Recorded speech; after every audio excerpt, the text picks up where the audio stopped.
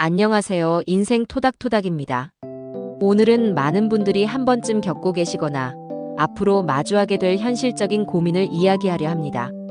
바로 노부모 부양과 형제 자매 사이의 갈등입니다.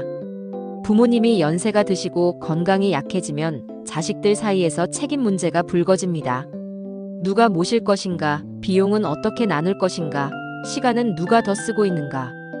이 문제로 형제 자매 사이의 관계가 틀어지는 경우가 정말 많습니다.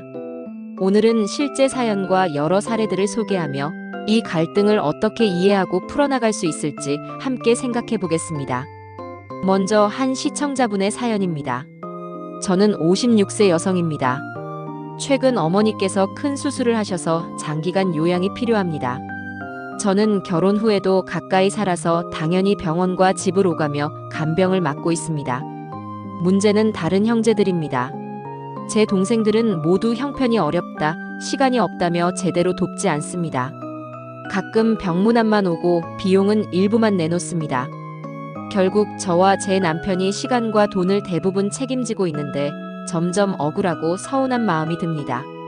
형제들끼리 얼굴만 봐도 다툼이 생기고 이제는 연락조차 하기 싫습니다. 부모를 모시는 건 당연하지만 왜 저만 이 고생을 해야 하는 걸까요? 정말 많은 분들이 공감하실 만한 이야기죠. 부모 부양 문제는 단순히 효심만으로 해결되지 않습니다.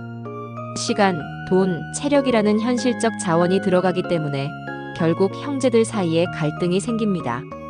가까이 사는 자녀는 돌봄 부담이 커지고 멀리 사는 자녀는 금전적 지원만으로 역할을 다했다고 생각합니다. 누군가는 내가 더 고생한다고 억울해하고 누군가는 나는 돈을 냈으니 할 만큼 했다고 말합니다. 결국 부모의 부양은 가족의 시험대가 되고 형제 자매 사이의 관계는 갈수록 멀어지기도 합니다. 이 주제는 인터넷에서도 수많은 글로 올라옵니다. 첫 번째 사례입니다. 저는 어머니를 5년째 모시고 있습니다. 형제들은 제 상황을 알면서도 넌 딸이니까 당연하다며 모른 척합니다. 경제적 지원도 제대로 안 하고 명절에 잠깐 얼굴 비추는 게 전부입니다. 어머니께 효도한다고 시작했는데 이제는 원망만 남습니다. 두 번째 사례입니다. 아버지가 병원에 계실 때 간병인을 쓰자는 말이 나왔습니다. 그런데 비용 분담을 놓고 형제들끼리 싸움이 났습니다. 어떤 이는 우리가 직접 돌보자고 하고 다른 이는 돈으로 해결하자고 하고 결국 사이만 나빠졌습니다. 세 번째 사례입니다. 저는 막내딸인데 결국 부모님을 모신 건 저뿐이었습니다. 형님들은 우린 아들인데 밖에서 돈 버느라 바쁘다며 손도 안 보태셨습니다. 부모님 돌아가신 뒤 재산은 다 나누자고 나오는데 그때는 정말 피가 거꾸로 솟았습니다. 이처럼 노부모 부양 문제는 효도 사랑의 문제가 아니라 가족관계 자체를 흔드는 폭탄이 되곤 합니다. 실제로 보건복지부 자료에 따르면 부모 부양 문제로 형제 간 갈등을 겪었다는 사례가 40% 이상이라고 합니다. 특히 50대 이상 중년층에서 이 문제는 매우 보편적입니다. 전문가들은 이렇게 말합니다.